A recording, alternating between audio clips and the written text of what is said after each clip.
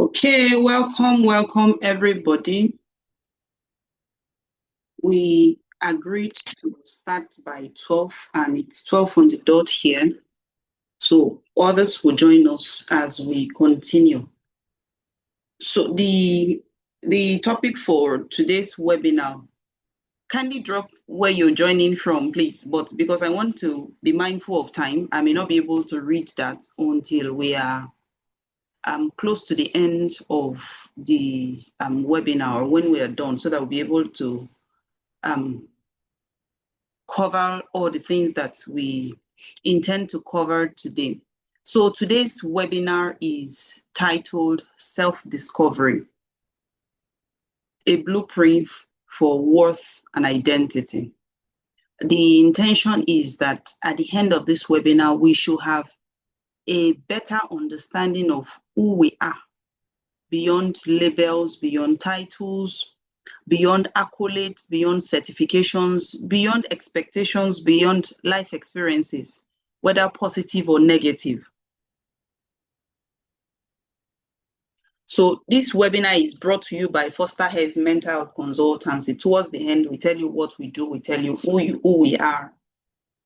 I'm your host, I'm the presenter. I'm Anthonia Soje. I'm a medical doctor, and I'm also privileged to be a mental health therapist, author, speaker, and coach. And by the dual privilege of being in medicine and in the field of mental health, I've come across a lot of cases where you know clearly this individual is not fully balanced across all areas of life. So with many of those experiences, my life goal, my life aim is to be able to help individuals come to that place where they are able to restore their lives, empower their minds, and then begin to align with purpose and live healthy holistically. So maybe I contact them in consulting or in counseling. That's my aim, that's my agenda, that's my intention. My area of expertise, apart from medicine, is trauma and addiction recovery, mood disorders management, marriage, emotional wellness, burnout, and the likes. And with the intention of being at the cutting edge of what I do professionally, I have a number of certifications, and my prayer and intention is to still be able to get some more certifications. You can reach out to me via my LinkedIn handle. It's still the same name. You search it on Google and put in them LinkedIn, it comes up. I also have a portfolio, my own portfolio online, which is sojeantonia.laravel.cloud. You can find that there. You can also send me a mail at hairsfosterproject@gmail.com, and I have a phone number there where you can reach out to me. The number goes to my assistant, not to me directly though. So a little housekeeping so that we can have a smooth, interactive period. I would kindly request that you mute your mic so that we will not have audio interruptions. If you can turn on your camera, if you're comfortable with that, it will be wonderful. If you're not, it's also understandable. Then if you have to put things in the chat box, wherever you're joining us from, please use it respectfully. Let's be considerate to the other people that are joining us.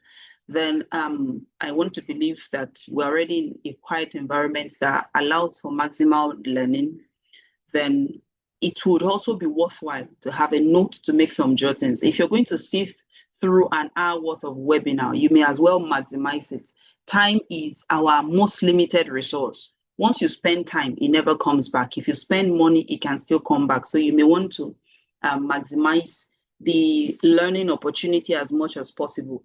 And our sessions usually are recorded so that we can replay it. Then it may also be for a learning purpose. And sometimes we would also host it on YouTube so that people can come back to watch and to learn. So questions, we'll take questions at the end. So you can drop your questions in the chat box. Then if you have reflections that are not questions and you just want to drop it there, why not? Please do. We may chip it in if it pops up, if the time would permit. Okay, so thank you for being part of this meaningful conversation. So now we begin. What is self-discovery? What is self-discovery? The truth is, like I said, in my dual privileged role of being a doctor and a mental health therapist, I've come to realize that many people don't know who they are. They don't know what values they hold dear to their hearts. Many people don't even know their strength and their weakness, not to talk of purpose and calling. And they know that they've had experiences, they know that the experiences have shaped them, but they don't know how much and how badly such experiences have shaped them, which is what brings many people to my doorsteps as a therapist primarily. But in the course of consultation for even clinical cases, you still see these issues showing up, which is the mind behind our intention to put up this webinar today. You know, Socrates said something quite profound. He says, the unexamined life is not worth living.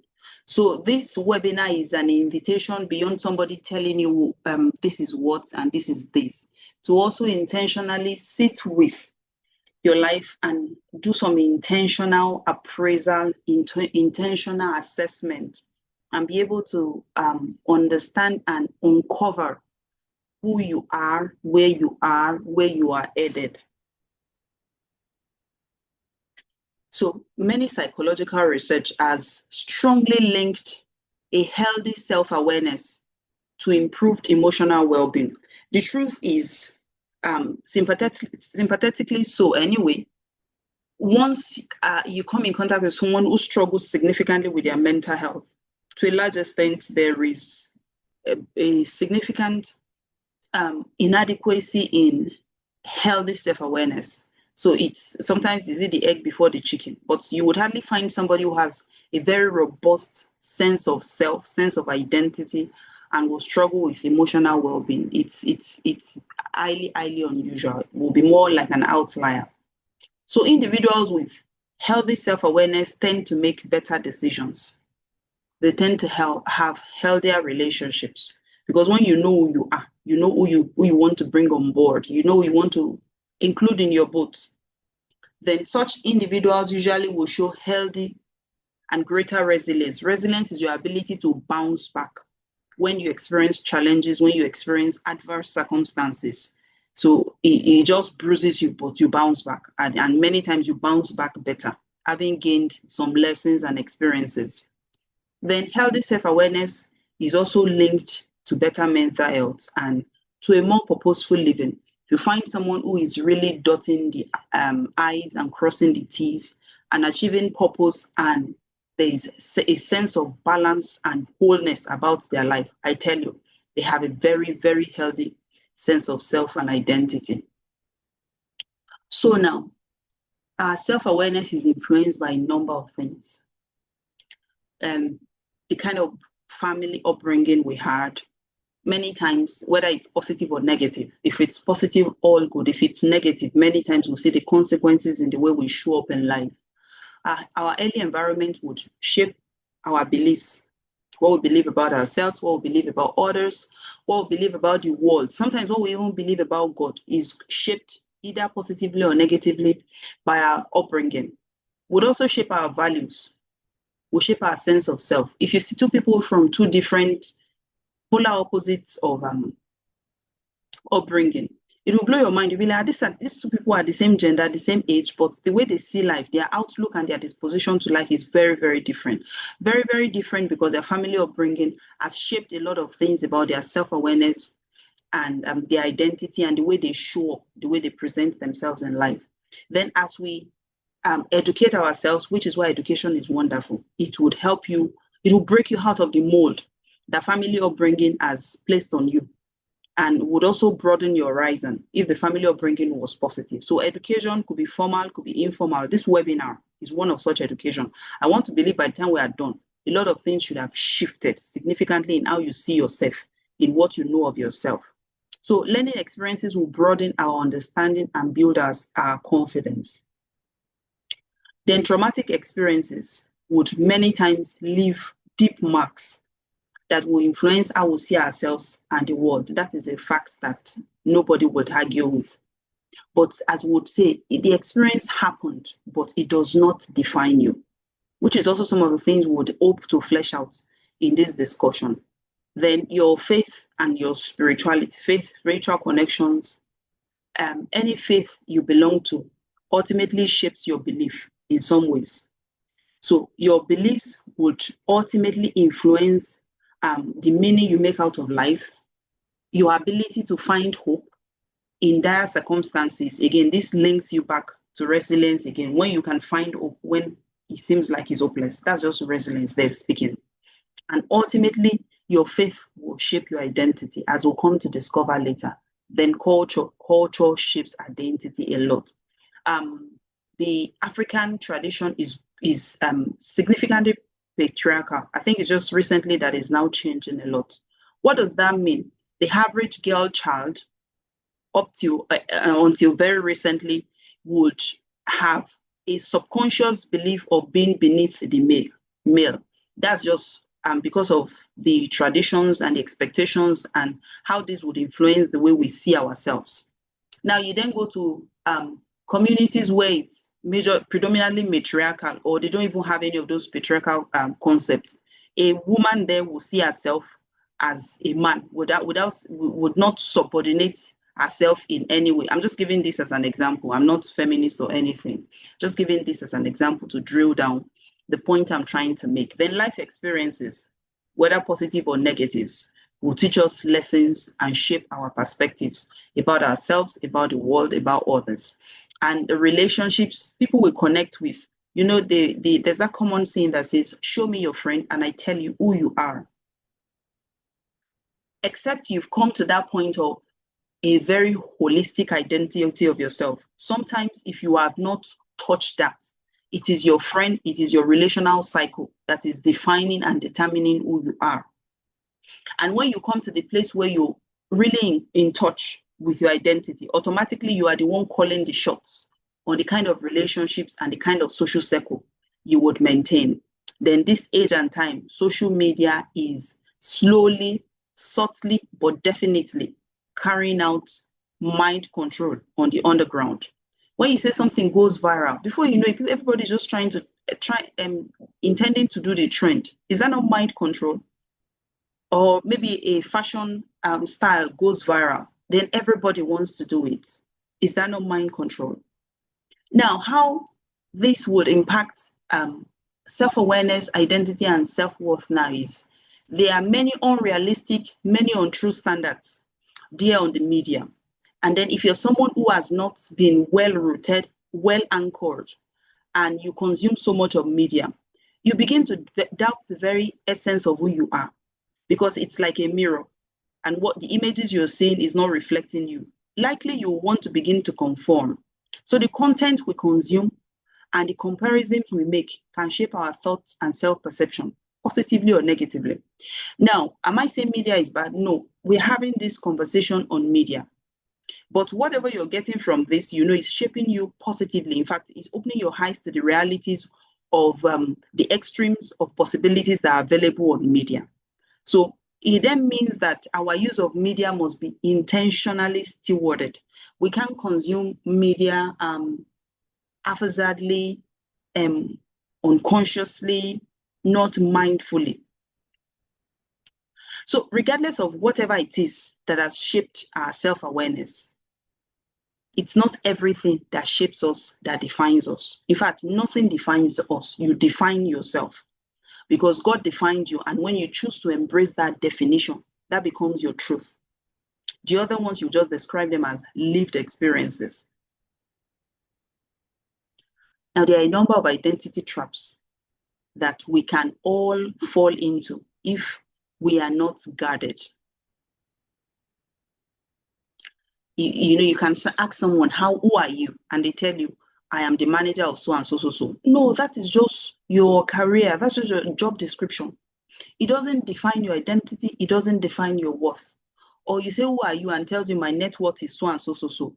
Your wealth, your money can come and go. Because if you define your identity based on how much you have in the bank account, and that goes. So who are you after that? Or if you define your identity as based on your physical appearance, you are Agbani Darego of our times. Beauty fades. even the so-called Agbani Darego, I don't know the generation of the people that are joining me across the media spaces, but for my own generation, Agbani Darego was one-time Miss Nigeria.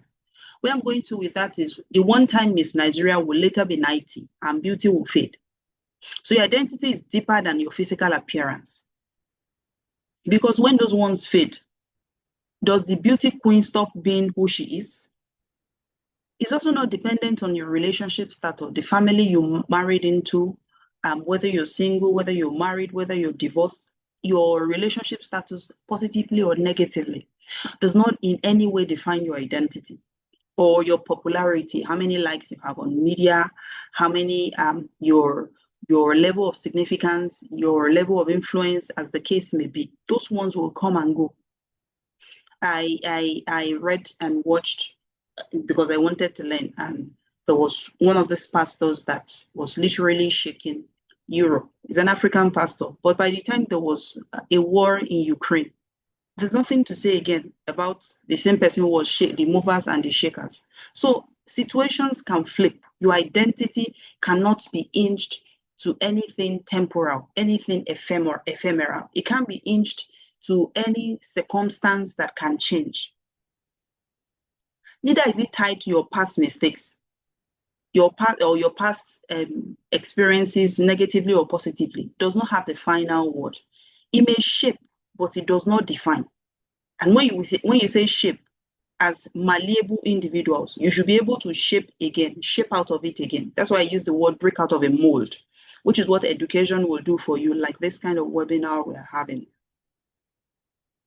So the ideal is to build your identity on an unshakable foundation. As we'll discuss this, you'll see me intersect psychology with Christian faith very solidly, very intentionally, very unapologetically, because psychology will tell you about worth. Psychology cannot tell you about identity, regardless of how much of it you know, because psychology itself does not understand identity as such, but it has a very, very robust view of worth. So who are you? This is a question to reflect on. Supposing your profession was removed, supposing, God forbid, the identity.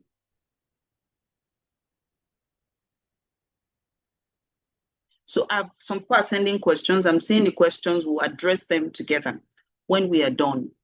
And as we even proceed, it's very possible that the questions would have been answered, but if they've not been answered, we'll answer them at the end. So supposing your profession was removed, supposing your achievement disappeared, you've heard of people's certificates get burnt to this age with everything being non-paper, that people are now doing things online. That may be less challenging, but those days where houses will get burnt and everybody's credentials will burn with it, or the titles will vanish. The governor would later exhaust his tenure, so he would stop being a governor. So the title has ended. Or if social media ceased to exist for those who have come to find their validity and their identity in social media. So what will remain? Who would remain? That's a very sobering reflection. If the identity is tied to motherhood, and then you stop being a mother because the kids have all gone, what would remain? Who would remain? That's the point and the summit of this conversation.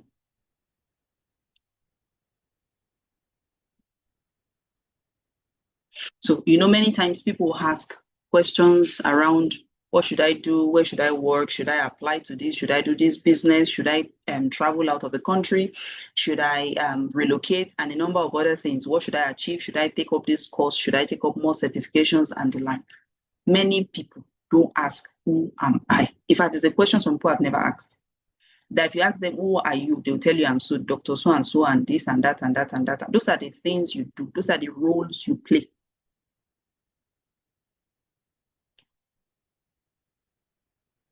So at the end of the day, it's not really, when they say there's poverty, it's not financial poverty that is the greatest undoing of many people. It's a poverty of identity. Because the day you know yourself, your trajectory begins to change. Identity must be grounded for worth to be in place. So your self-identity must be solid. Many people will know their profession, they know their qualifications, they know their family role, they know their social status, but they don't know who they are. They do not genuinely know themselves. They can't sit with themselves and examine their inner landscape alone. It's a very uncomfortable field, or a field that they feel it's not important. We don't need to go there. So now, there's the concept of CBT that we will discuss in details. When psychology asks you the question, who are you? Many times it's alluding to your thoughts. What are the things you think about? Your feelings? What are the emotional expressions you have? Your behaviors, your relationships, your aspirations? All of this would impact on your worth, not your identity. Your thoughts are not who you are. Your behavior, regardless of whether you struggle with an addiction, whether you have some things you're still working on, that is still not who you are. Those are manifestations. Those are roles that you're playing. A confused identity would ultimately produce a confused life. You must know yourself to be able to shape your life in the direction you want it to be shaped. Now, identity must be referenced. It must have a point of reference. I tell you what I mean. You know, when manufacturers create an equipment, they are the creator, so they are the point of reference for such an equipment. If someone who manufactured this phone, this an Oppo phone, the frame of reference of this phone is the manufacturer's reference. He made it and named it Oppo. I cannot be so well-intentioned to then decide to name it an iPhone or name it a Techno.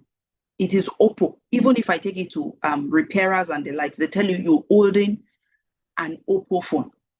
Now, who determines the identity of this phone? The manufacturer. Now, every religion, please, Christianity, Islam, and African traditional religion will tell you that we are all made by God. So if you're made by God, who determines your identity? That's God. You're right. So your frame of reference for identity is God. Now, because I operate from the Christian spirituality, I would narrow it down from that point of view. But even if you are a Muslim and you believe that you were created by God, your frame of reference for identity is God. Not your name, not your title, not your certifications, not your political accolades, not your area of influence, or whatever you want to name it. Your frame of reference for your identity is God. So now, looking at it from the Christian perspective, the book of Genesis will tell us that the Godhead, Elohim, said, "Let us make man in our own image, after our likeness." Genesis 1:27 now continues and says, so God created mankind in his own image. In the image of God, he created them. So I ask you, if you were made in the image and in the likeness of God, what is God? What is wrong with God? You tell me nothing, because nothing is wrong with God. So if nothing is wrong with God, what is wrong with you? Nothing. Your identity is intact. Nothing can tamper it. Now, your expression and the manifestation of that identity may be inadequate. So your self is solid. Your strategy, the way you deploy yourself on the face of the earth, may be inadequate. But your strategy cannot change until you come to embrace the truth of the self, which is in the image and in the likeness of God. Even if you are not a Christian, even if you are one of the African traditional religions, you still believe you came from God. So that's your reference point. So if you came from him, is anything wrong with him? No. Can anything be wrong with you? No. But there may be some things wrong with your strategy, the way you show up in life. Those are your belief systems. So I want to first establish this foundational truth, because every other thing we'll discuss after this will be built on this. Your identity precedes any accomplishment you can ever have. And there is no lack of accomplishment that can erode the identity. Like I told you, my Oppo phone is Oppo.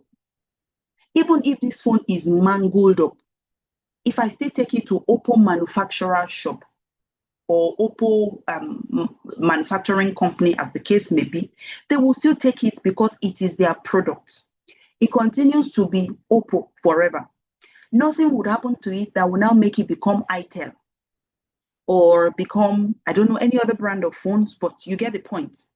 Now, even if you want to now take it higher and you say a Bentley, even if the Bentley experiences an accident and is mangled up so badly, so irrecognizably, it never becomes a Toyota because of the accident. A Bentley is still a Bentley. Take it back to the manufacturer's shop, it comes back better than it ever was. I'm taking time to stay with this because I'm hoping that if we are planting a seed, we're planting a seed of an assured identity today. So that being said, if no manufacturer makes anything without an intention, God also is not playing about and just sending human beings to the earth without rationale. Your identity comes with a purpose. You were known before you were born. You are created for a divine assignment. That's your identity. Regardless of whether you understand it yet or whether you are showing up like so yet. That's the truth I want you to first settle. In fact, if we close this lecture at this point, we have got the gold. Now, still emphasizing on the point that the creator defines the identity, not the creation. You are the creation. He is the creator. If I make a chair, the chair will not decide that now it wants to be a table. I created a chair, so I define the identity of that chair as a chair. He created you, so it defines your identity. And the identity defined is that you are in his image and in his likeness. A manufacturer will define its own product. It determines its function and its purpose. An architect, when they build a building, they determine the structure and the design of the building. When an inventor makes an invention, it is based on its own innovation and intent. Now, we broken humans, if we have this intentionality around the identity of our own creation, how much more the Godhead himself? So your identity is discovered in God. The reference point is God. You don't create it.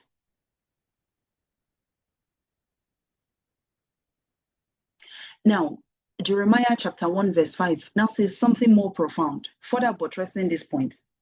It says, before I formed you, you may need to go and read this up at home, but I will just hint on it. It says, before I formed you in your mother's womb, I knew you. I ordained you as a prophet to the nations. And Jeremiah was about a teenager when this was said to him. And all scriptures can be referenced to every child of God.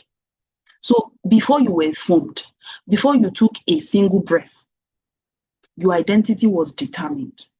In fact, Dr. Cindy Trim said something quite profound, that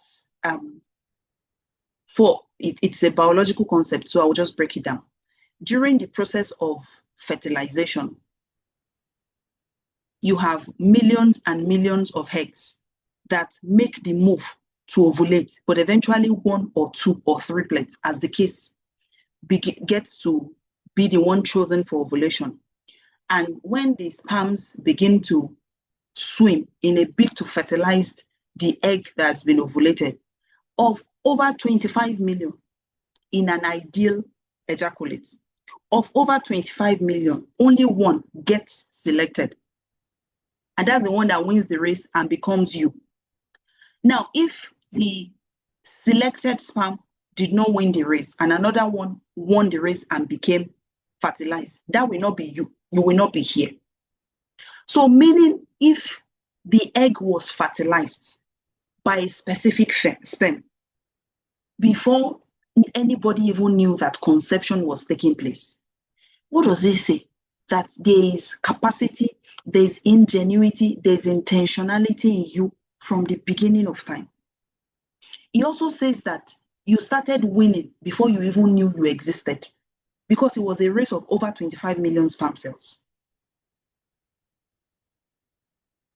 When we embrace this truth of how solid our identity is, we will not be at the mercy of life experiences. We will not be at the mercy of people's comments, people's mindsets, opinions, and the likes, which is why I'm really, really taking time with this. This is one of the most liberating, not even one of the most liberating, this is the most liberating foundational truth anybody must have and embrace if they will live life holistically, if they will live life in balance. So God's knowledge of you preceded your existence. And your being here is very intentional. If I tell my clients that you are not a wandering minority, you are a meaningful specific. You are not just one of them, one of those people when they count people, when they take population census. No, you are a meaningful specific. And you were known and identified before your mother even knew she was pregnant with you, before anybody ever saw your form. That's what I'm saying. When it comes to identity, psychology may not be able to explain that well. But when you say self-esteem, self-worth, oh yes, that's within the field of psychology well. And I will beautifully integrate both before we are done. But because foundationally identity is the root before we now begin to build the fruits.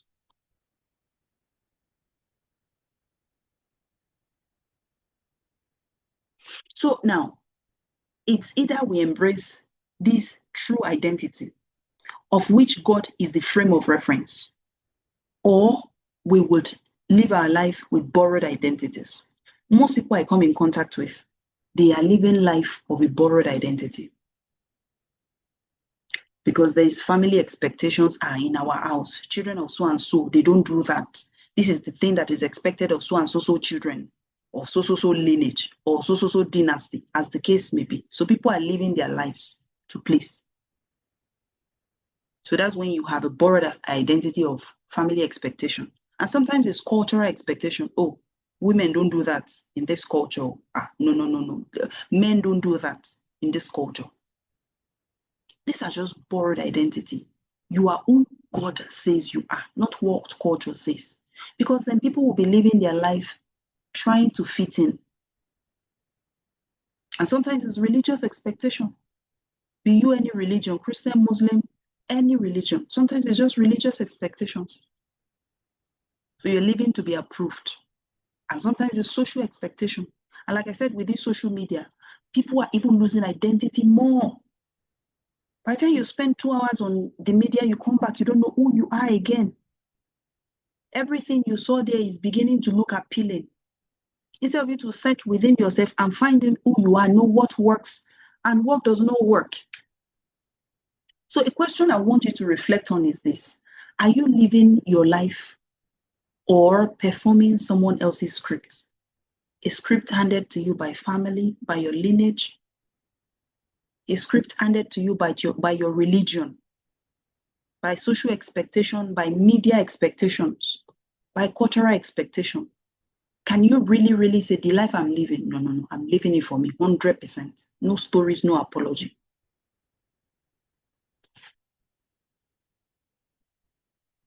So now, Erik Erikson is a popular psychological master, guru, as the case may be. And he proposed one powerful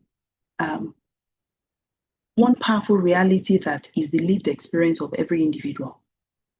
Every individual's major developmental task from birth till death is to be able to go from role confusion to true and genuine identity. Because most people they're just living roles, not that they have come to terms with identity. So I am the doctor, or I am the nurse, or I am the entrepreneur, or I am the mommy of so children, or I am the husband of so person, or I am the manager of so company. Those are roles. Roles, if you make them your identity, will leave you with so much uncertainty, because what then happens when you stop being the manager?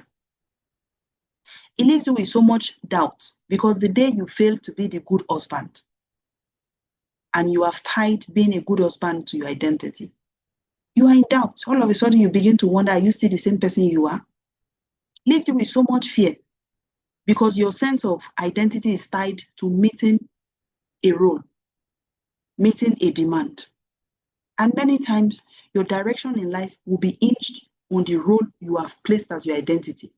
Your direction in life should be hinged on your frame of reference, your identity in who God has called you to be, his image and his likeness. That should be your direction. Because once you don't have identity, you can be sure anxiety is there. There's lots of focus, and someone may even be focused on the wrong direction. There are people like that. By virtue of what I do, I also sit with people who are in their elderly years, and it almost feels as if, at least when they talk, like they wasted the earlier 6-7 decades. I don't want to get to 80 and then be wondering, did I chase the right direction for my life? You would only be able to say you chase the right direction for your life when you are in true connection with your identity 100%. Your frame of reference is God, and the identity is in his image and likeness. Because that way there is clarity, there is purpose, there is direction, there is confidence to how you execute in life.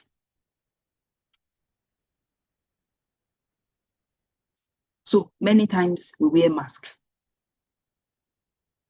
People may wear the mask of being the strong one. Meanwhile, underneath, they are crumbling. They are the ones that can be trusted at work, but they have trouble sleeping because they're anxious all night. People wear the mask of the successful one. This is something I see very often. If I want you to see the other side of success, you would earnestly pray that you don't amass success at the expense of the weightier matters of life. African proverb, at least Yoruba proverb, will say the base of wealth is mercy. So except you build it with a God-ordained, God-embraced identity, it may just be a mask. Do you have the mask of being a helper, the one that can be trusted all the time to help people? Meanwhile, you're looking for someone to pour your heart out to, or the spiritual one. Meanwhile, you're struggling with some very, very unsayable, so to say, addictions. Meanwhile, you're the one that is the one in church all the time, praying all the time, fasting all the time, but you know there are some shackles that you're still waiting to break out of. Or the perfect one. Meanwhile, you are nothing like that. We would only wear masks when we don't know who we are. And if we don't know who we are, we would not be able to show this true identity to the world. We don't even know, oh, is it not what you know you will show people? So if you don't know, how will you show people? So, this is the second reflection question. What mask are you wearing? And who are you beneath the mask?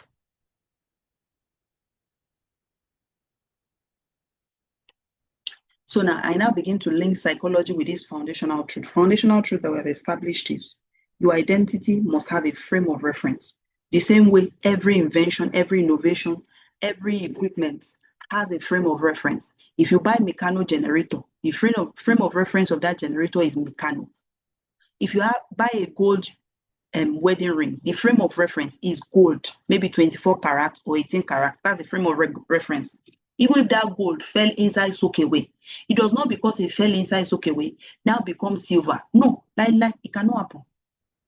So the frame of reference is gold. It's the same thing. Your frame of reference is God, made in his image and likeness. What is wrong with God? Nothing. What can be wrong with you? Nothing. Something will be wrong with his strategy, like the gold that fell inside soak away. Now it is very dirty. We need to be disinfected. But the structure is there 100%. So now we link this with psychology. CBT is cognitive behavioral therapy or cognitive behavioral technique, as the case may be. It just teaches the interrelationship between our thoughts, our emotions, and our behaviors after every situation, every experience, every circumstance. We would usually go through the route of thoughts, emotions, behavior.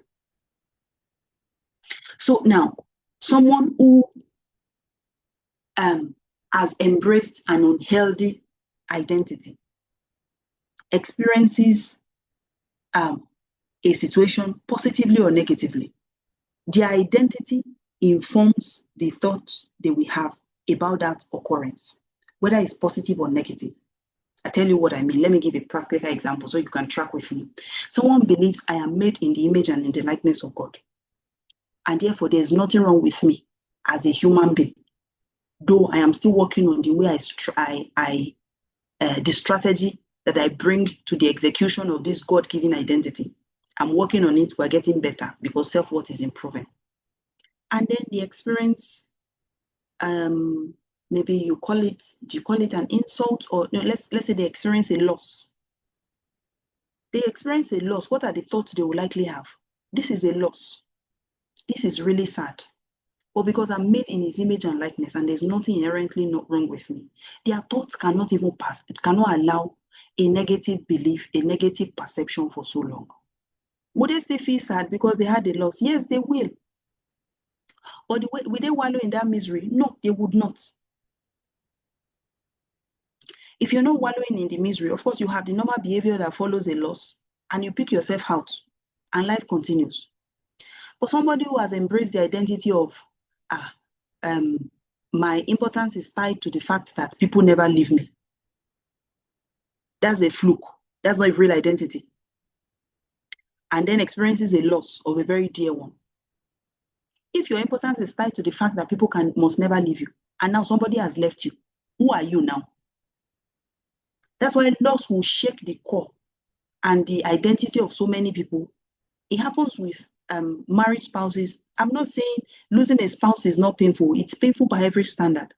But even in marriage, where you have been called to be one, you know where your husband ends and you begin. You must know. You must know. Otherwise, you hear things like, if he dies today, I'm going to die tomorrow. But now, no. You are created in the image and in the likeness of God, not in the image and the likeness of your spouse. So where am I going to? Somebody already believes that their worth is tied to the fact that they have a lot of people around them. So when somebody leaves, you now wonder, what am I still now? Which is why people drop some ridiculous comment on media. Am I a toothpick? Am I a chewing gum? Am I a cousin child and other things? No. If you know who you are, you will not ask that kind of question. Are you a toothpick? No, now don't ask that kind of question. So with that kind of thought, what kind of emotion will follow? There will probably be deep depths of sadness, deep depth of depression and anxiety and the likes. What behavior do you think will follow? The grieving process cannot be good. It will be prolonged and it will be complicated. Now, you saw the same situation, the same scenario. Identity determines their experience very, very differently, and their outcome and their outlook and their recovery from the same loss very differently. Again, which is why we must embrace our identity. Now, the other side of CBT that I would also want us to talk about is core beliefs. It's a very common term you will hear in psychology and counseling, especially if your therapist does deep work, does cognitive behavioral techniques, or does compassionate inquiry, and a number of other therapeutic approaches that involve deep work. It just means making the unconscious conscious. You've also heard that very often, unconscious conscious. Conscious is at the cerebral level, at the thought level. You are aware of it. Sometimes people are not even aware of it. Then the unconscious, you don't even know what it is, but it's running your life. Your identity is running your life, whether you are conscious of it or not. Your identity will inform your beliefs, your belief system. Your belief system are deeply ingrained assumptions about life, about others, about the world, about yourself. I'll give you an example. Some people believe that they are not good enough. And some people believe that they are not loved, they are not worthy, or the world is a wicked place, or God cannot be trusted, or God is punitive because their earthly father is very punitive. And so many other things on core beliefs. I think I have we had a webinar some times ago on facts, feelings, and faith. You may need to go to my YouTube channel to go watch it. There I do an in-depth discussion on this, but because that's not the area of emphasis, we're not going to dwell on it as such. But importantly, your core beliefs is hinged on your identity. Once you come to realize that this is my identity, made in his image and in his likeness, and I've embraced it, is anything wrong with him? No. Is anything wrong with God? No. Can anything be wrong with me? No. There are some beliefs that will not have space in your life. Somebody who knows that made in his image and likeness, there's nothing wrong with God, so there's nothing that can be wrong with me. Is it that kind of person that will be thinking I am not loved or I am not worthy? When he says, with an everlasting love I have drawn you. When he says you are fearfully and wonderfully made. When he says, for God so loved the world, I sent his only begotten son. I mean, somebody died for you. When he says, Jerusalem, Jerusalem, I have engrafted you on the palm of my hand. Your walls are ever before me. I can go on and on like that. Such that place of an acute, deep-seated awareness of your identity, some beliefs just cannot find space. If they don't find space, some thought patterns cannot manifest. If you don't have some thought patterns, some emotions cannot show up. And there are some behaviors you will never manifest. That's CBT. That's identity. CBT, many times, we're trying to make the unconscious conscious, and then we're trying to say do cognitive restructuring. Spiritually, what that means is that you are renewing your mind. We'll get there. You are renewing your mind, coming to embrace a holistic identity and coming to embrace positive core beliefs. So my question is this: what do you believe about yourself? What do you believe about the world? What do you believe about God? What do you believe about others? What do you believe about life? Lasting change happens when you make the unconscious conscious. You can be trying to say, I'll change the behavior, I'll try and stop the addiction, I'll stop being sad and all of those things. And that's you like trying to pluck fruits. The root is the identity and the core belief, the automatic thought. Automatic thoughts are thoughts that show up without you consciously being aware of them. So now, where do our core beliefs come from? Again, I discussed this at length in that webinar, Facts, Feelings, and Faith.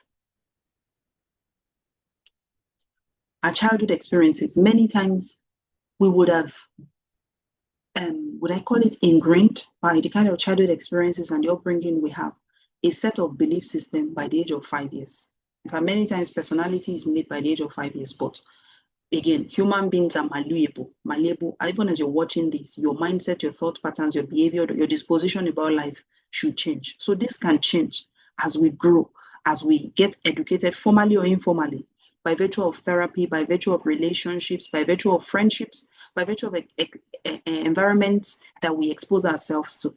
So core beliefs come from childhood experiences. Maybe you have a child whose parents are never around, very nonchalant. Parents who work from morning till night, and then the child is being raised by neighbors who are very unkind. What does that child grow up with? Grows up with, I am not valuable, I am not loved, I am not wanted. Now, they are not very conscious beliefs that are here. It's deeply seated in our soul. But the way they show up in life is with those kind of core beliefs. Now, the individual now comes to embrace the truth of their identity. You begin to shake the root of negative core beliefs. And parenting too. The kind of traumatic experiences you've had.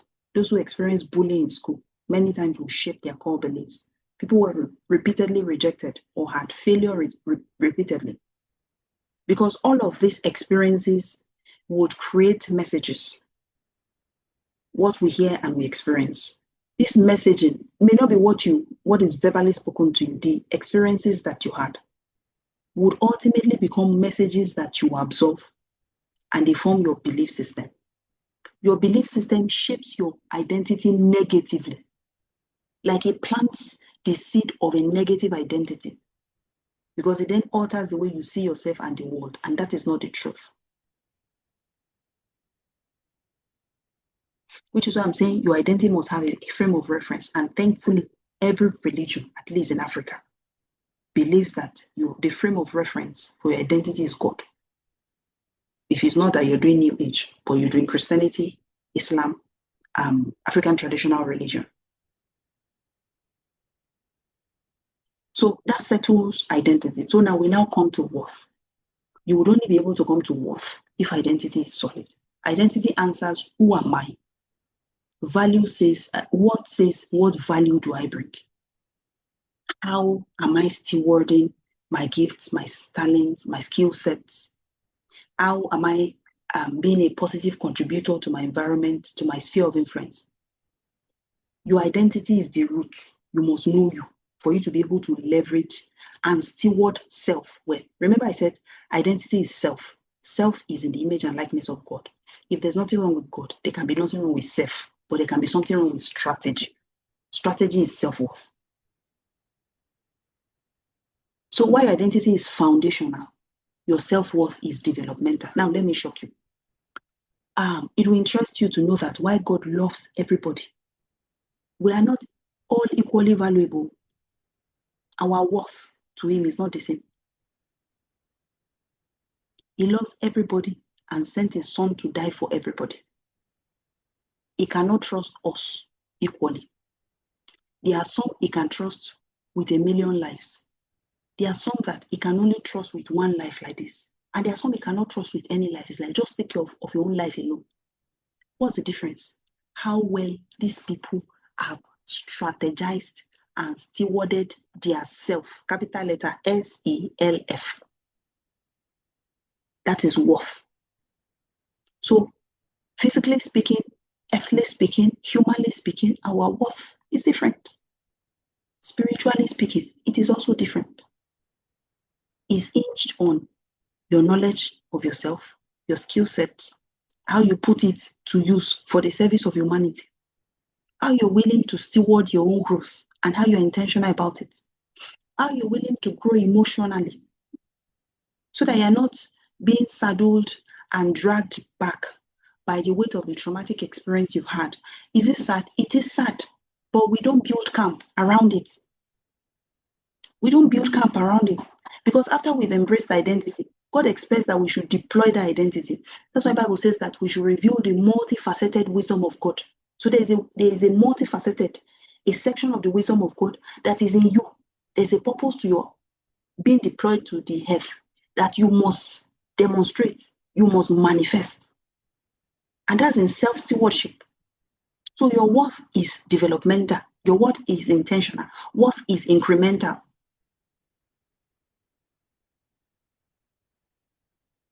So still again, so whether you succeed, whether you win, whether you fail, whether you lose, your identity does not change.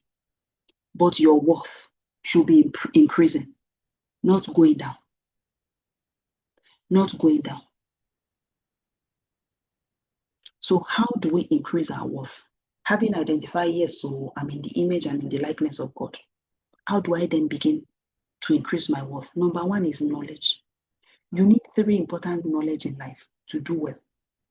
The most important is the knowledge of God. So if you're a Christian hearing me, you must be in the scriptures. You must be at the foot of the cross. Because if I'm made in his image and in his likeness, the more of him I know, the more of me I can know. So the number one is knowledge of God. Number 2 is knowledge of self. So I must now know me, know my skill set. And that reminds me, there is a Gallup assessment, GALLUP, GALLUP is Gallup model assessment. It's a psychological assessment that allows you to you answer a number of questions, and then it brings out your strongest strength, the strongest gift, talents that God has imbibed in you. Psychological templates are also able to assess this. Why is this important? When you realize that you have the gift of teaching, like I do, I can wake up from the sleep and teach you. The only thing I can't teach you is if I don't understand it. But if it's something I can read and teach, I will teach you better than the teacher who taught me. So understanding that teaching is my gift. Oh, why not? I will still word it and teach like there's no tomorrow. Do you understand? You now realize cooking is your gift. If that's your gift, you still ward it because it is in using. It's like you're sharpening the iron. The more you use, the better you get. The more you use, the better you get. So knowledge of God, number one. Knowledge of self, number two. Knowledge of the cosmos. The principles that hold the earth. The principles in your field of endeavor. You must know it like there's no tomorrow. Your plan is to be at the cutting edge of precision in any field of endeavor that God has planted you in. You know, when I introduced myself, I said I have a number of certifications and I hope to get more so that I can be at the cutting edge of what it is I am set to do in my own generation. That's how your worth increases. You can have two doctors. Both of them finished medical school the same year. In 5 years' time, their worth can be poles apart. What will cause that difference? Because somebody invested in knowledge. Now, this generation, media is a blessing and is a curse. I think there's a research that said that the generation after the millennia, that their IQ is gradually reducing. Why? Because of media. I'm a mother of children. Many assignments that I would have had to think my way through. Now you are literally pushing your children and saying, no, we will not use AI. Go and think of the answer. Why? Because AI is available. Media is available. So except you are intentional, this generation may rob you of the opportunity to steward knowledge, to amass knowledge. So, but you have to be intentional. If your worth will be incremental, if heaven will be able to trust you with a weighty assignment. You also look at worth like, maybe you have two roads. You have the express, Lagos-Ibadan express, before it is spoiled, where you can run 140, 160. You now find those old, terrible, pothole filled roads in Ilorin or in Ekiti, where I am. And you say you want to send a heavyweight cargo. Which road will you pick? It's also the same thing. So when God looks from above, He's looking for His children with a high worth. Even on the earthly realm, we say net worth. What are you worth when it comes to net worth? It's not the money you are in your account. It's not. Because money can go and come.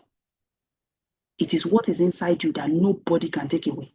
The knowledge of God, of you, and of your sphere of influence that you have amassed. Nothing can take it away.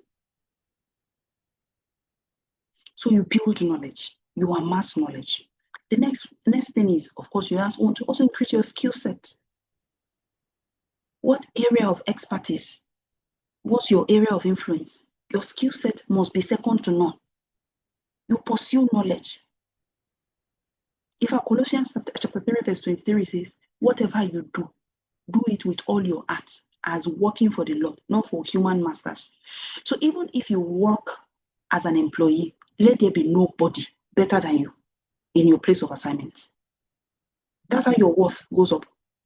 Promotion comes when they see you and they're like, you are already delivering at the next level, even though they've not pushed you up.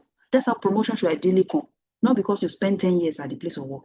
It is that you're already operating at the next level. So management has no option but to push you forward. That's how your worth increases. So much so that you say you're leaving your place of work. They call you for a meeting, a reconciliation meeting, and say, don't go. We will negotiate with you and see how we can make you stay. That is your intention. And then if you run a business, let it be that competition does not exist for you because you are not on the same radar with anybody. That's how your worth increases. And then you go to character. Character is virtues. That's the fruit of the Holy Spirit. Love, joy, peace, patience, kindness, goodness, faithfulness, gentleness, and self-control. Those ones, you will pray it, you will practice it, and when you pray it, God will usually bring you into situations that will make you demonstrate it. If you are praying for patience, oh my, God will bring you into a situation that tests your patience by every measure. And the fruit of patience must be grown in you. But it's that intentionality that I will grow in character. I will be a 360-degree individual that when you look, check my front, my back, my center. Nothing is amiss. Such a possibility abounds in God. And that is his desire for our life. And then service. Service takes the attention from you to others. I usually say something when I get the opportunities, I try to do it, but I set it as a daily target. Sometimes I don't meet it. That you do one act of kindness daily. Once you put that as your life goal, service becomes very easy and it just comes to you naturally. Opportunities to be of service comes naturally. Buy lunch for someone, pay someone's transport fare, enter a bike, don't collect change, or just give the bike man the change. If you're not rolling your eyes, these are realities. Because you don't want to position yourself as being someone valuable only in the light of those who can reward you. You also want to plant your seed, especially in the soil of those who cannot reward you immediately. If you plant a corn, in 3 years, you have eaten your corn and it is only one cycle. But if you plant an oak tree, you may not see anything until decades later. But it will yield for many, many generations to come. That's the kind of seed you want to plant. So that's act of service. That even heaven, when they look and they're like, whose life do we deploy resources? Because we know they will steward it where they say, no, we have found so and so person. Deploy it into his life. Deploy it into our life. Then wisdom. The Holy Spirit is the custodian of wisdom. You tabernacle with him in the place of prayer, in the place of the study of the scriptures. The book of Proverbs is a book that I would recommend. Read 1 chapter a day. There are 31 chapters there. There are 30 days and 31 days in the week, many times. In a month, so many times. So you pick 1 chapter per day and you go through it like that in cycles, regardless of any other book you're reading. And then emotional maturity. This one is a must. If you're going to do therapy, because there's trauma that needs to be unraveled. If you're going to do counseling, if you're going to do journaling, if you're going to do meditation, if you're going to read books, if you're going to watch videos, whatever it is, but insist that you will be emotionally mature. You don't want to get to some heights in life and make some emotional mistake of colossal significance. Because by the time you get to some heights in life, there are some things that nobody will forgive you for. If my 2-year-old is throwing a tantrum, that's I picked you. It's just what is expected of 2-year-olds. But if a 20-year-old is throwing tantrums, that now becomes a disorder. So you want to grow very early on in life by being someone of a solid emotional status. And we can learn it. We can learn it. As you invest in your growth, your worth grows. Everyone knows that they can send you into a high pressure environment and they know you are emotionally stable, you will not fall apart. So even your worth in heaven also grows because they're like, we can trust this person. Now, I have a picture that I want to use to explain this worth. I'm hoping it will really, really bring it home. If you look at this jar, everybody knows this jar. This is jam jar. Everybody knows this jar. It is just a jar. Its identity is a jar, determined by whoever manufactured it. Now, this jar can stay like this forever. No design, not beautiful, just there. What are the possibilities? People will put salt inside, put coin, put Maggi, put beads, put a number of things. Later, children can decide to use it to play sand game because it decided to remain like this without improving its worth. Has the identity changed? No, the identity has not changed. But the worth, it has decided not to improve its own worth. Meanwhile, you have another jam jar. Another jam who decides to improve its identity. I don't know how much of this you can see. You can see. Looking beautiful, right? Looking beautiful, right? Okay. So now, these are both jars of jam. One decides to improve its worth. I don't know what's happening. Okay, this is one, and this is the other. One decides to improve his worth. The other one decides to stay the same. If you had to buy these two jars in the market with all of this design and the one that is plain, you know you pay more. Now, this one now decides to go for a further upgrade. It doesn't want to be an ordinary jar. And when you buy this kind of jar in the market with a lot of money, you will not keep bead, you will not keep coin, you will not keep stone inside. You will never allow the children to use it to play sand game. You likely use it for something important, something valuable. So this jar decides to increase its worth. What does it do?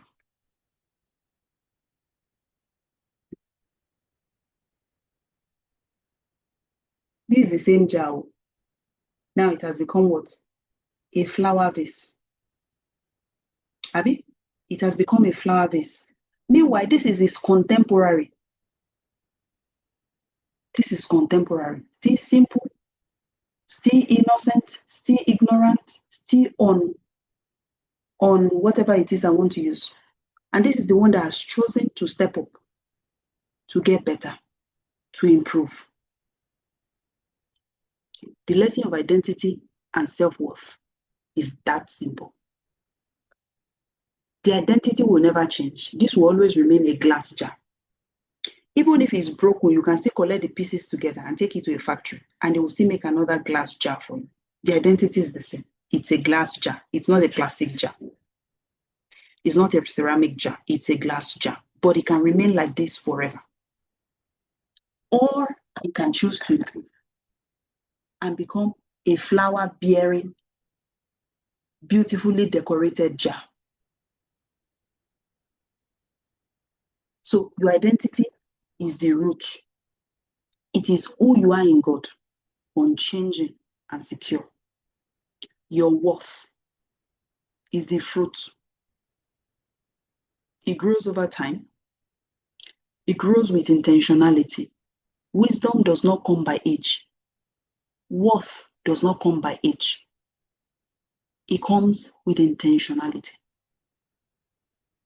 As you build your character, as you build your capacity, as you build your contribution to heaven and to earth.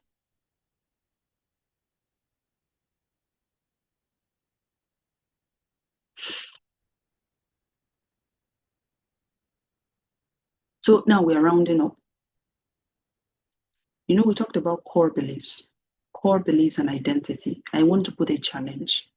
You know, we've given 3 points to reflect on now.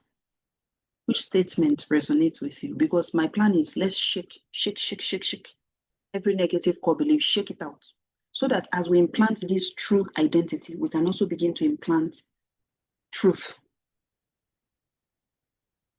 and positive core beliefs, positive pro-destiny, scripture-compliant core beliefs. Is it that you feel you're not enough, or that you're invisible, or that you don't matter, or that you're a disappointment, or that you're only valuable when you're productive? What is true? You know, scripture will say that we demolish arguments and we cast out every thought and every argument that exalts itself against the knowledge of God. We bring every thought subject to the obedience of Christ. So if the core belief does not align with the truth of your identity in Christ, you cast it down, you demolish it. That should be your intention. If you come to that place of stewarding your self-worth appropriately. And then if you want to go the psychological route, you ask questions. What evidence supports this belief? And they are facts, not feelings. Someone believes they are not good enough. What are the factual evidence that supports that you are not good enough? Not because you feel like that. And then what evidence challenges it? What are the other side of the story? Because there are many sides to every story. And then if you loved someone, will you tell them they are not good enough? Will you say that to other people? If you won't say that to other people, why are you saying it to yourself? Does that sound like the kind of belief you want to embrace? It's called double standard. You want to use the same measurement that you use for other people with yourself. And then is the belief helping you flourish? In fact, that's a very potent question. A belief of you are not good enough, regardless of what you may have experienced, that formed that belief. Is it helping you flourish or is holding you back? Because every belief that doesn't serve you is coming from a negative identity. It will only produce a negative self-worth, never a positive one. So CBT, all of these ones I described, will say you're doing cognitive restructuring. You are identifying unhelpful thought patterns. You are challenging them. You're replacing them with truth. But what is truth? You know, this generation, I have so many truths. People will tell you, this is my truth. So what I've come to learn is there are facts, scientific facts, psychological facts, proven and tested. But that is not the end of it, because no fact has a panoramic view of everything. Only God has a panoramic view. So what I call truth is what it says, which is why the same thing that CBT calls cognitive restructuring, Scripture calls it renewal. When it says, do not be conformed to the patterns of this world, but be ye transformed by the renewal of your mind, so that you may prove that which is good, which is acceptable, which is the perfect will of God. The perfect will of God is that you reveal the multifaceted wisdom of God in your generation. That's the perfect will. That when people look at you, they see God. The way you live your life, the way you demonstrate your life, the way you steward yourself, they just see God. You now say you are revealing a dimension of the wisdom of God. And you renew your mind when you replace lies with God's truth. God's truth is in His scriptures. If you would come to the place of embracing your identity holistically and stewarding this identity well, such that your self-worth is increasing, is incremental, you must be a student of the scriptures. If you are a Christian, if you are not, be a student of whatever it is you do. Because once you change your thought patterns, you ultimately change your life. That's the goal of psychology. That's the goal of mental health. That's the goal of medicine. That's the goal of success. Your leg will not take you where your mind has not gone. What you cannot conceptualize in your mind cannot be a reality you would experience. If you experience it, it will not last. So God's truth transforms our thinking, and a transformed thinking will change lives. So I would appreciate if you can complete this audit and drop it in the chat. If I get people who drop it, we'll discuss it. If we don't, we move. But it will be also a wonderful opportunity for us to bring this discussion home. What is one negative belief you often carry? We'll discuss it anonymously. What are evidence against it? What is a healthier belief you want to implant today? If you're of the Christian orientation, what's a scripture that is supporting this truth? If you're not of the Christian orientation, just let it be. So I'll leave it for a few seconds more so that you can see it in case you want to do it and drop it in the chat for us to discuss. So reiterating what it is we've been saying earlier, identity is fixed, is unchanging. Worth increases. You become more valuable by investing in learning, discipline, emotional intelligence, spiritual maturity. You build character and you contribute to the community. You make yourself serviceable. This webinar is one of my little contributions to the community. At least by the time people log in and I share what it is I've learned by virtue of expertise, by virtue of revelation and everything, nobody should encounter this and remain the same.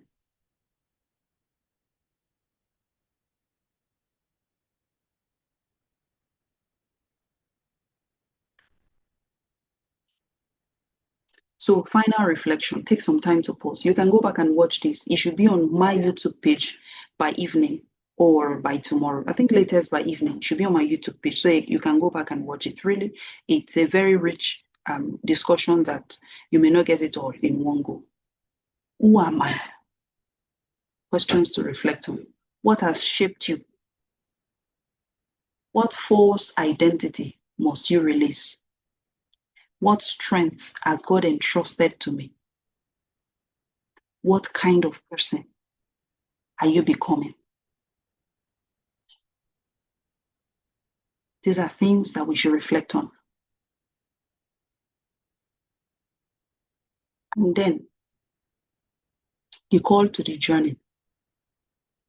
You know, Proverbs 23 verse 7 says, as a man thinketh in his heart, so is it. That thinking is hinged again on identity. You can't go further than your thought. There's no magic. Even if somebody tries to help you, you will still fall back to the level of your thoughts. So your identity, once you come to embrace that you are made in the image and likeness of God, is there anything wrong with God? No. Can there be anything wrong with you? No. It's not possible. Your identity will influence your beliefs. Your beliefs will influence your choice, your thoughts, your emotions, your behavior, your choices in life. Your choice will influence your growth because you then make a decision to grow, to do actions, to do activities that increase your worth. As your worth increases, your life becomes impactful. If I'm somebody who is still struggling to figure out my identity, I cannot have a webinar for people free. My life cannot be in any way impactful because I'm still trying to know me. And it is in impact that you are revealing that multifaceted wisdom of God to your world and to your generation and even beyond. So I think on this note, we call it a day. I have a number of questions. I think I'm seeing pop-ups, but I hope they are not just comments. So I would address the ones that are questions there, I will address them. The ones that are pop-ups there, I will just leave them.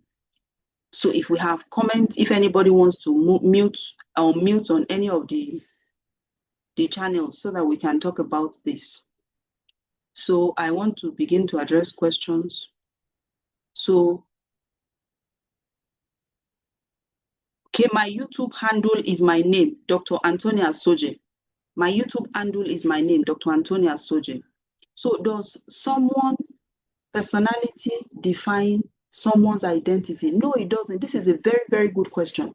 Our personality many times are shaped by the kind of experiences we've had in life and a little by our genetics. I'll tell you what I mean. If my father was gentle and quiet and reserved and does not talk, likely genetically, I have embraced, I have been given a bit of gene to be a bit more on the quiet side.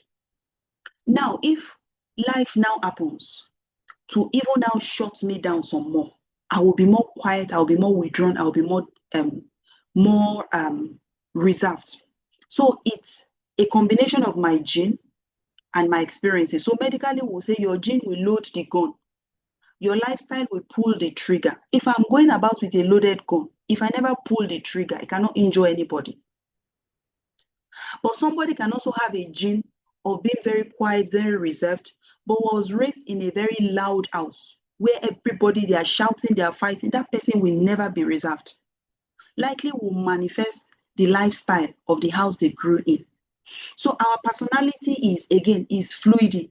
Even if you find that this personality is not the best, by the time you now realize, my personality is not my identity. My identity is after a reference point. Reference point is God.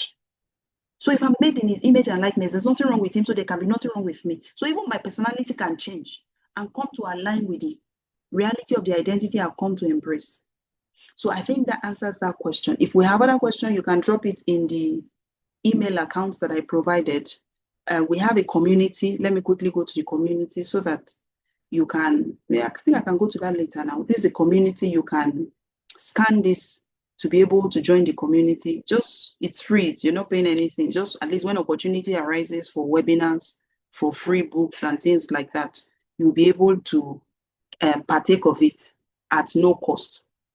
But the other thing I want to discuss with us is Foster Health Mental Health Consultancy, for those who don't know who we are, is a psychotherapy facility. We offer relationship counseling, premarital, marriage, addiction therapy and recovery, psychotrauma, essentially a whole gamut of mental health related services. And our website is as displayed here. I am the founder and the lead consultant. My portfolio is also as displayed here. My portfolio is my name, antoniasoje.laravel.cloud. If you even put my name on Google, the website comes up automatically. Then if you need to write us, our email is here. And if you need to contact us via call, via WhatsApp, our email is also here. So our mission is to offer professional and compassionate assistance to individuals who are navigating psychotrauma, relationship, and relationship challenges, addiction, and the likes, with the intention of them coming to that place of lasting freedom and well-being. It's possible. Regardless of how bad it may seem, I tell you, under God, it's possible. It's possible to be whole. And then now, knowing that this presentation, again, you can watch it and watch it again. For somebody who listens to that is like, maybe I need therapy, we have a limited discount that closes tonight by 12 p.m.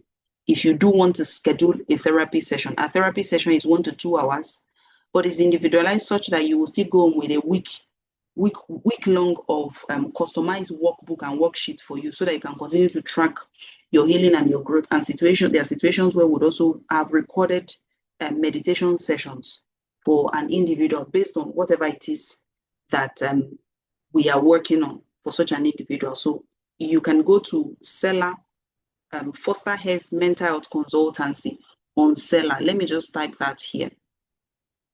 You can go to Foster Hess Mental Health Consultancy on Seller.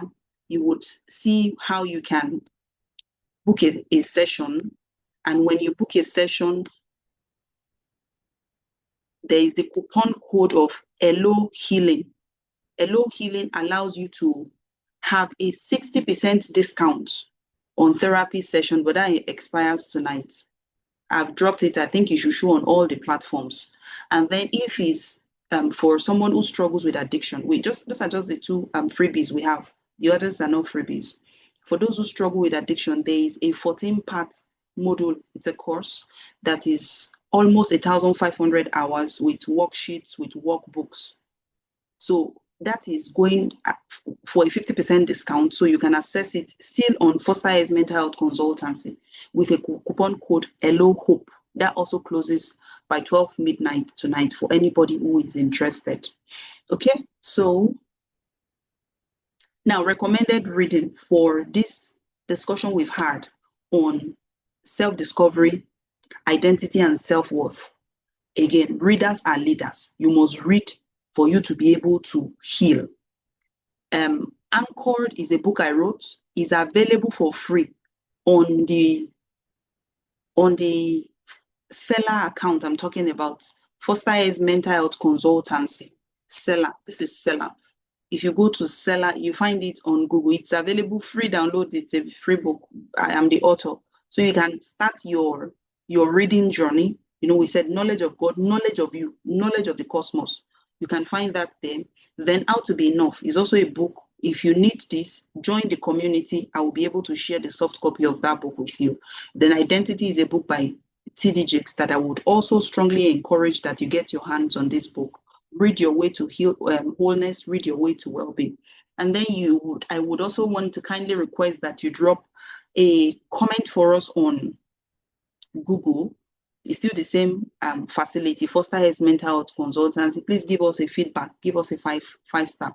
Your review would allow those who need help to be able to reach us, to be able to assess our care. So your review helps us and also helps potential clients and people who are potentially looking for healing. And like I said, this is the link where you can join our community. Just scan it and join the barcode. Join with the code. You are privy to free webinars. When we have books that are free and we want to share the link, we just let you know. On that note, I think it's been a wonderful and a deeply, highly rewarding and productive session. We've spent 1.5 hours. Thank you all across all the platforms for being with me. And I say God bless you, wishing you healing, wishing you wholeness, and wishing you well-being. Thank you very much, and bye-bye.